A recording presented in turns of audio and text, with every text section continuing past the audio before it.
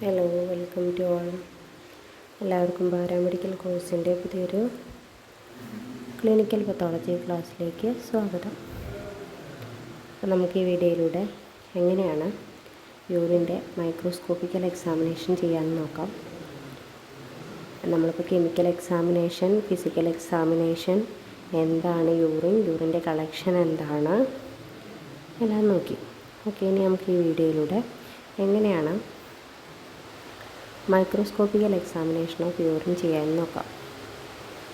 യൂറിൻ്റെ microscopical examination എന്ന് പറയുമ്പോൾ അതിൻ്റെ പേര് പോലെ തന്നെ യൂസിങ് മൈക്രോസ്കോപ്പ് യൂസ് ചെയ്തിട്ട് എങ്ങനെയാണ് യൂറിൻ്റെ കണ്ടൻസിനെ കണ്ടുപിടിക്കുക എന്നാണ് നമ്മളിതിലൂടെ നോക്കുന്നത്. ഓക്കെ, സ്റ്റെപ്പ് ബൈ സ്റ്റെപ്പായിട്ട് നമുക്ക് നോക്കാം. Microscopic examination of urine. First point, microscopical examination of urine sediment is done for the evaluation of the diseased condition of kidney and urinary tract. അതായത് യൂറിൻ്റെ microscopical examination എന്ന് പറയുമ്പോൾ ഇത് സെഡിമെൻറ്റിൽ നിന്നാണ് നമ്മൾ ചെയ്യുന്നത്. Microscopical examination of urine sediment is done for the evaluation of the diseased condition of kidney and urinary tract. യൂറിൻ്റെ microscopical examination യൂറിൻ്റെ സെഡിമെൻറ്റിൽ നിന്നും ചെയ്യുന്നത് എന്തിനാണെന്ന് വെച്ചാൽ ഇവാലുവേറ്റ് ചെയ്യാനാണ്. അതായത് കിഡ്നിയുടെയും യൂറിനറി ട്രാക്റ്റിൻ്റെയും ഡിസോർഡേഴ്സിനെ, കിഡ്നിയുടെ ഡിസോർഡറും അതുപോലെ തന്നെ യൂറിനറി ട്രാക്റ്റിൻ്റെ ഡിസോർഡറും അവരുടെ കണ്ടീഷൻ ഡിസീസ്ഡ് കണ്ടീഷനിലാണോ എന്ന്, എത്രത്തോളം ഉണ്ട് അവരുടെ ഡിസീസ്ഡ് കണ്ടീഷൻ, കിഡ്നിയുടെയും യൂറിനറി ട്രാക്റ്റിൻ്റെയും ഡിസീസ്ഡ് കണ്ടീഷൻ മെഷർ ചെയ്യാൻ വേണ്ടിയിട്ട്, അല്ലെങ്കിൽ അതിനെ ഇവാലുവേറ്റ് ചെയ്യാൻ വേണ്ടിയിട്ടാണ് നമ്മൾ മൈക്രോസ്കോപ്പിക്കൽ എക്സാമിനേഷൻ ഓഫ് യൂറിൻ ചെയ്യുന്നത്. Okay, then next point, urine sediment is obtained by centrifuge. About 10 ml of urine in a centrifuge tube at 2000 rpm for 5 minutes. അതായത് യൂറിൻ സെഡിമെൻറ്റ് നമുക്ക് എങ്ങനെയായി, നമ്മൾ മുന്നേ പറഞ്ഞു യൂറിൻ സെഡിമെൻറ്റിൽ നിന്നാണ് നമ്മൾ കിഡ്നിയുടെയും യൂറിനറി ട്രാക്റ്റിൻ്റെയും ഡിസോർഡേഴ്സ് കണ്ടുപിടിക്കുന്നത്. അപ്പോൾ എങ്ങനെയാണ് ഈ സെഡിമെൻറ്റ് ഉണ്ടാക്കുക എന്നുള്ളത് നമുക്ക് അറിയേണ്ടതുണ്ട്. അതാണ് അടുത്ത സ്റ്റെപ്പിൽ പറയുന്നത്. യൂറിൻ സെഡിമെൻറ്റ് നമുക്ക് കിട്ടുന്നത് സെൻട്രിഫ്യൂജ് ചെയ്യുക. 10 ml യൂറിൻ ഒരു സെൻട്രിഫ്യൂജ് ട്യൂബിലെടുത്ത് അതിനെ സെൻട്രിഫ്യൂജ് ചെയ്യുക. സെൻട്രിഫ്യൂജ് എന്ന് പറഞ്ഞാൽ നമുക്കറിയാം അതെന്തിനുള്ള ഉപകരണമാണെന്ന്. നമ്മൾ മുന്നേ PCV ഒക്കെ ചെയ്തിട്ടുണ്ട്. PCV ചെയ്യുമ്പോൾ നമ്മൾ യൂസ് ചെയ്തിരുന്നു സെൻട്രിഫ്യൂജ്. സെഡിമെൻറ്റേഷന് വേണ്ടി യൂസ് ചെയ്യുന്ന, പെട്ടെന്ന് സെഡിമെൻറ്റേഷൻ നടക്കാനായിട്ട് നമ്മൾ യൂസ് ചെയ്യുന്നൊരു എക്യുപ്മെൻ്റാണ് സെൻട്രിഫ്യൂജ് എന്ന് പറയുന്നത്. ഓക്കെ, ഈ സെൻട്രിഫ്യൂജിനകത്ത് ബക്കറ്റുകളുണ്ട്. ഈ ബക്കറ്റുകളിൽ സെൻട്രിഫ്യൂജ് ട്യൂബുകളിലാക്കി നമുക്ക് ആവശ്യമായിട്ടുള്ള ലിക്വിഡ് സെഡിമെൻറ്റ് ചെയ്യാനായിട്ട് വയ്ക്കും. എന്നിട്ട് ഒരു നിശ്ചിത സ്പീഡിൽ ഇതിനെ കറക്കി എടുക്കുമ്പോൾ നമുക്ക് വെയിറ്റ് കൂടിയ വസ്തുക്കളൊക്കെ താഴെ അടിഞ്ഞ് ലിക്വിഡ് പോർഷൻ മാത്രം മുകളിൽ കിട്ടും. ഇതിനാവശ്യമായിട്ടുള്ള എക്യുപ്മെൻ്റാണ് സെൻട്രിഫ്യൂജ് എന്ന് പറയുന്നത്. ഓക്കെ, അപ്പോൾ നമ്മൾ ഈ സ്റ്റെപ്പിൽ എന്താ പറയുന്നതെന്ന് വെച്ചാൽ ഈ സെഡിമെൻറ്റ് കിട്ടാനായിട്ട് നമ്മൾ 10 ml ഓഫ് യൂറിനെ സെൻട്രിഫ്യൂജ് ട്യൂബിലിട്ടിട്ട് സെൻട്രിഫ്യൂജ് ചെയ്യാം. ഇതിൻ്റെ സ്പീഡാണ് പിന്നീട് പറയുന്നത് 2000 rpm for 5 minutes. 2000 rpmൽ 5 മിനിറ്റ് റൊട്ടേഷൻ പെർ മിനിറ്റാണ് ഈ RPM എന്ന് പറയുന്നത്. 5 മിനിറ്റ് നേരത്തേക്ക് കറക്കിയെടുക്കാം. Then next point, fresh early morning sample is preferred. എപ്പോഴും നമ്മൾ യൂസ് ചെയ്യേണ്ടത് ഏർലി മോർണിംഗ് സാമ്പിൾ ആയിരിക്കണം. കാരണം അതിലായിരിക്കും കോൺസെൻട്രേഷൻ കൂടുതലുണ്ടാവുക സെൽസിൻ്റെയൊക്കെ.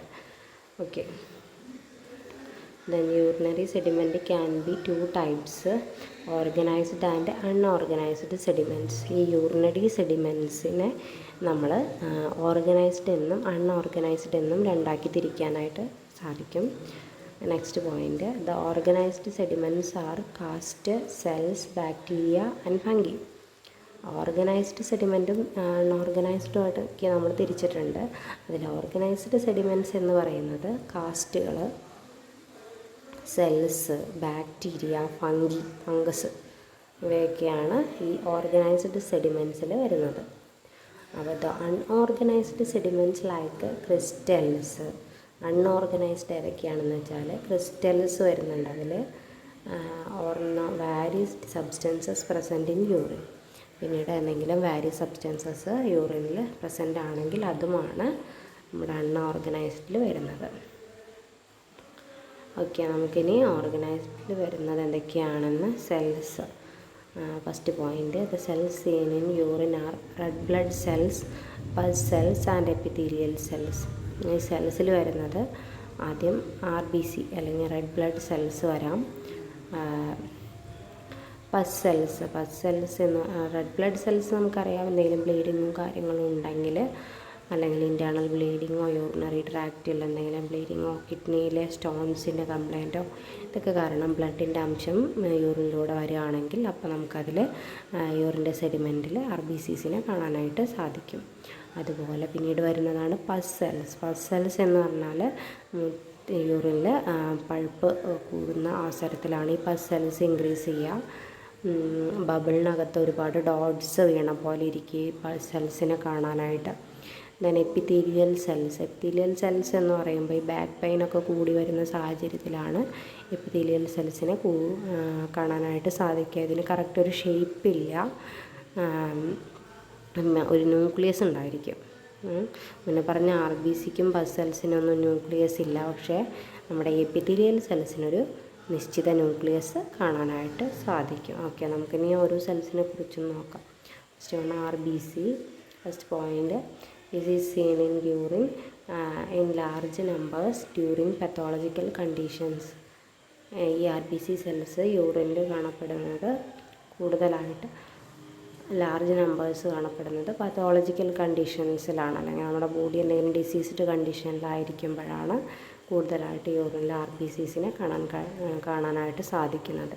ഈ പത്തോളജിക്കൽ കണ്ടീഷൻ ഏതാണെന്നാണ് അടുത്തതായിട്ട് പറയുന്നത്. ഗ്ലോമറുലോനെഫ്രൈറ്റിസ്.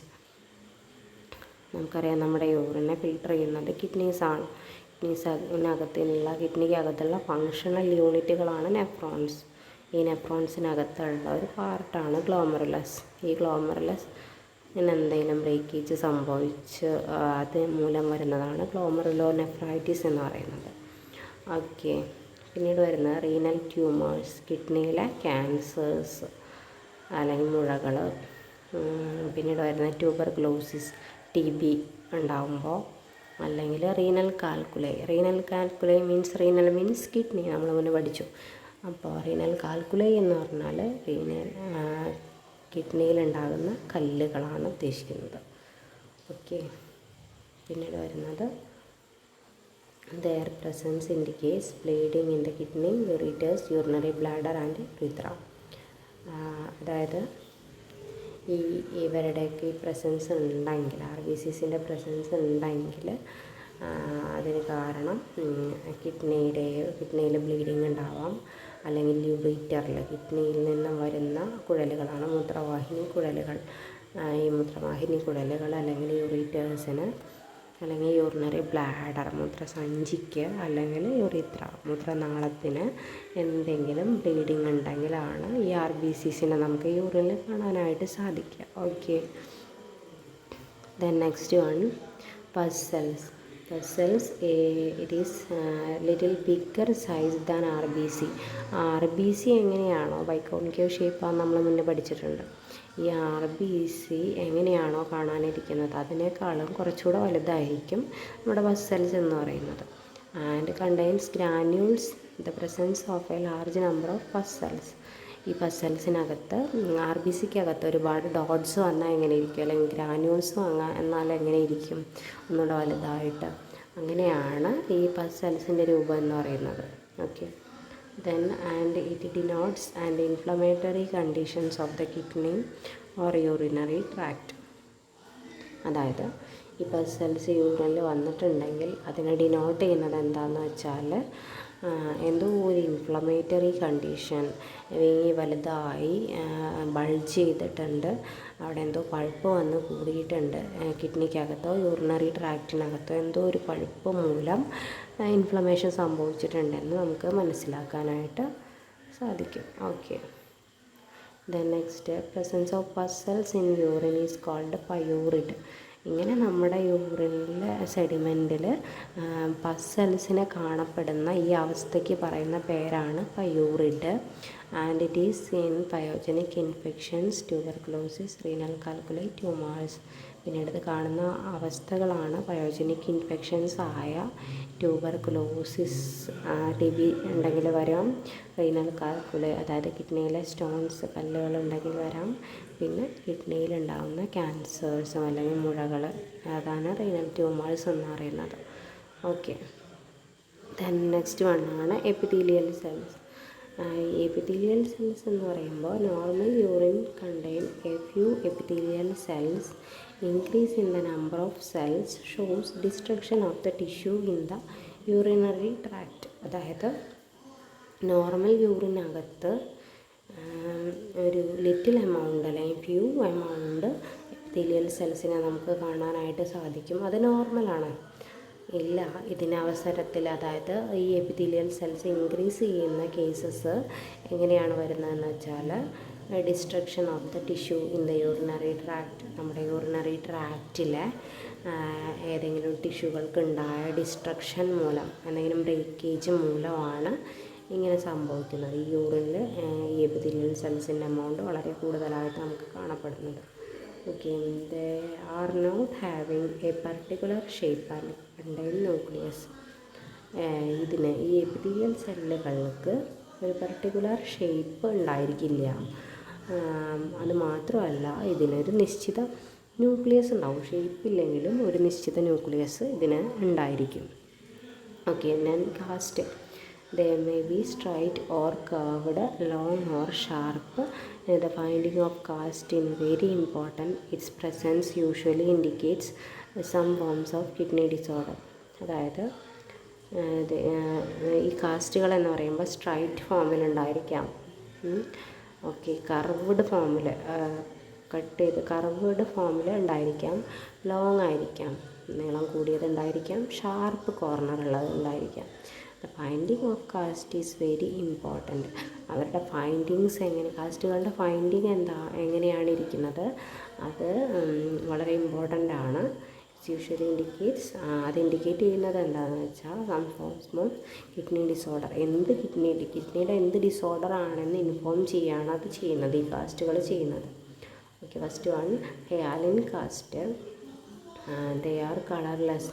ഹ്യാലിൻ കാസ്റ്റ് എന്ന് പറയുമ്പോൾ അത് കളർലെസ് ആണ്, അവർക്ക് കളറില്ല, സെമി ട്രാൻസ്പാരൻ്റ് ആണ്, സിലിണ്ട്രിക്കൽ ഷേപ്പാണ്. അതായത് കളറില്ല, സെമി ട്രാൻസ്പാരൻ്റ് എന്ന് പറയുമ്പോൾ ക്ലിയർ ആയിരിക്കും, കാണാൻ ഇവിടെ നിന്ന് അങ്ങോട്ട് നോക്കിയാൽ കാണാൻ കഴിയും. അതുപോലെ സിലിണ്ട്രിക്കൽ ഷേപ്പിലാണ് കാണപ്പെടുക. then they may be occur in large number in some diseases of കിഡ്നിയുടെ ചില ഡിസീസസിൽ നമുക്ക് ഈ ഹ്യാലിൻ കാസ്റ്റിനെ കാണാനായിട്ട് സാധിക്കും. then they consist of coagulated protein. ഇതിനകത്ത് ഒരുപാട് കൊയാഗുലേറ്റഡ് പ്രോട്ടീൻസിനെ നമുക്ക് കാണാനായിട്ട് സാധിക്കും. ഇത് കഴിഞ്ഞിട്ട് പിന്നീട് വരുന്നതാണ് granular cast. They are cast, ഇതൊരു കാസ്റ്റ് തന്നെയാണ്. Are cast containing granules fine and coarse and are called finally granular or coarsely granular cast. അതായത് ഇവയ്ക്കകത്ത് ഇതൊരു കാസ്റ്റിൻ്റെ രൂപാന്തരം വന്നു കഴിഞ്ഞ് നേരത്തെ പറഞ്ഞതുപോലെ ട്രയാങ്കുലാറോ റെക്റ്റാങ്കുലാറോ ഒരു സിലിണ്ട്രിക്കൽ ഷേപ്പിലോ കാസ്റ്റുകളെ കാണാം. അതുമാത്രമല്ല, ഈ ഗ്രാനുലാർ കാസ്റ്റ് ആണെങ്കിൽ അതിനകത്ത് നമുക്ക് ഗ്രാന്യൂൾസിനെ കാണാനായിട്ട് സാധിക്കും. Okay, and are called finally granular. അപ്പം ഇങ്ങനെ ഗ്രാനുൾസ് ഉള്ള കാസ്റ്റ് ആയത് കാരണം ഇതിനെ നമുക്ക് ഗ്രാനുലാർ കാസ്റ്റ് അല്ലെങ്കിൽ കോഴ്സ്ലി ഗ്രാനുലാർ കാസ്റ്റ് എന്ന് വിളിക്കാം. Okay, then third one epithelial cast. These cast consist of coagulated protein in which are embedded epithelial cells forms the renal tubules and indicates kidney diseases. അതായത് coagulated പ്രോട്ടീനാണ് ഈ epithelial കാസ്റ്റിന് ഉണ്ടാവുക. അതൊരു കാസ്റ്റിൻ്റെ രൂപാന്തരം വരും, അതായത് സിലിണ്ട്രിക്കൽ ഷേപ്പിൽ നിന്ന് മാറി വന്നതിന് ശേഷം ഇതിനകത്തൊക്കെ നിറയെ എപ്പിത്തീലിയൽ സെല്ലുകൾ നിറഞ്ഞിരിക്കുന്നത് പോലെ നമുക്ക് ഫീൽ ചെയ്യാം. ഈ എപ്പിത്തീലിയൽ സെൽസ് എന്ന് പറയുന്നത് കൊയാഗുലേറ്റഡ് പ്രോട്ടീനാണ്. ഇത് എപ്പിത്തീലിയൽ സെൽസ് വച്ച് എംബഡ് ചെയ്തിരിക്കും. ഈ കാസ്റ്റ് രൂപാന്തരം പ്രാപിച്ച ഈ സംഭവത്തിനകത്ത് ഒരുപാട് എപ്പിത്തീലിയൽ സെൽസ് വന്ന് എംബഡ് ചെയ്തിരിക്കുക. എംബഡ് ചെയ്യുക വെച്ചാൽ അതിന് മുകളിൽ കയറിയിരിക്കുക. Form the renal tubules and indicates kidney disease. ഇങ്ങനെ വന്നിട്ടുണ്ടെങ്കിൽ നമുക്ക് പറയാം ഇതൊരു കിഡ്നി ഡിസീസാണ്. കിഡ്നി ഡിസീസസ് ഉള്ളവർക്കാണ് ഇങ്ങനെ യൂറിനിൽ കാണപ്പെടും. Okay, thank U.